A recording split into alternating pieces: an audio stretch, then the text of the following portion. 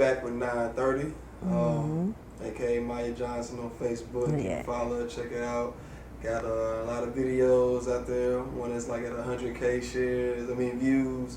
Definitely going viral. So y'all make sure to check that out and, friend the homie. Today I want to talk about the Janese Jackson case. It was a sister. She was leaving a nightclub, and a brother walked up to her, tried to get her name, tried to get her attention. She wasn't interested in the brother at all. And that same night, she was shot in the chest, by this guy, just because she simply said no. I want to know, what were your feelings when you first heard about the case? What was your reaction when you first read that story? It's a mixture between anger and sadness. Sadness because, naturally you don't ever want to hear about a black woman being shot or a black woman being victimized. But anger because this stuff happens every day and we so often dismiss it and we don't catch this type of behavior before it comes to things like this. As a woman in America, in a patriarchal, in a male-dominated society, more so than patriarchy, just a male-dominated society in general, it's dangerous being a woman. And I don't think people really understand that. When I say it's literally dangerous to be a woman, it is. And a lot of women don't trust men in general, and women are uncomfortable being in places where there are a lot of men for reasons like that. And it's things that people tend to overlook, going to the club. When you walk through the crowd and some guy want to grab your hand, grab your arm, grab your ass, do whatever like that. People don't understand the type of vulnerability that a woman feels. We already begin to feel like our body is not our own. You know what I'm saying? Society want to dictate how we dress, what we do. And then we can't even keep off unwanted advances. In that situation with her, I want to say she supposedly told him no once in the club. And then outside he tried again. Right. And she, in that second time, she told him no thank you or whatever, that's when he got angry and shot her. I don't know a single woman on this earth that hasn't had a situation where some guy tried to holler at her or display some type of interest, and we said, no, I'm not interested. Oh, well, fuck you then, bitch, and da-da-da-da-da, and all that other stuff. That's scary to know that somebody might do you physical harm because of what your preference is. You know what I'm saying? And men don't ever have to worry about those types of things.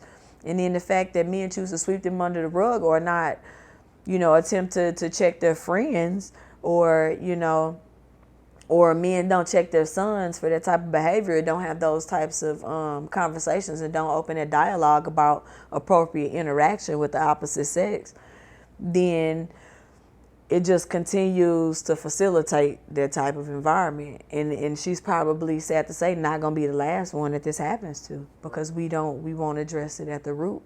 Boys will be boys, and we continue to let it happen. Yeah, and that's sad, because I think she left behind 3 kids, so you got an entire family growing up, motherless. We don't know where these kids are going to be going to. We don't know if they're going to be funneled through the foster care system or whatnot.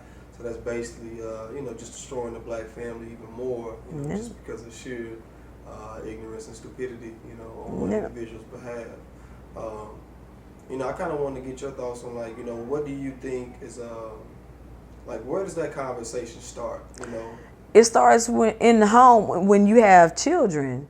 You know what I'm saying? It's just like when you have a little girl, you constantly tell her, okay, well, sit with your legs closed. Don't sit like this, or don't talk like this. These things are inappropriate to wear.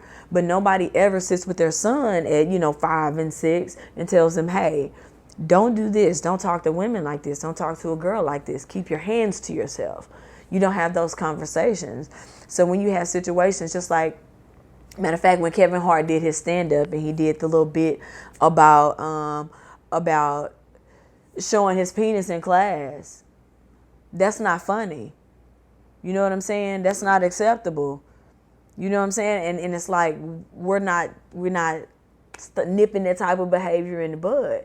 That means, you know, what you're doing is you're basically condoning men being, you know what I'm saying, overly or hypersexualizing women, and you're allowing them to be sexually aggressive, and you're teaching them that the type of behavior is okay, you know, and we don't do that. You know, when boys decide they want to touch young girls, it's like, oh, it's just a sign of puberty, and it's okay for, you know, men to be promiscuous. We practically put zero limits on our sons, but we put women in a box, and it's like when you tell women, you know, or little girls, you know, when you basically put in their mind that they have to protect themselves from men, that's scary, and they don't understand the type of pressure that puts on women. And it's like the burden is all ours because men aren't experiencing accountability for the things they do because it's automatically written off as a part of their nature, when it's bullshit. We have to start talking to them as children. By the time your son is 9, he should know to keep his hands to his fucking self. So when he's a teenager, he's not grabbing, or a young adult, he's not grabbing women's asses in the club.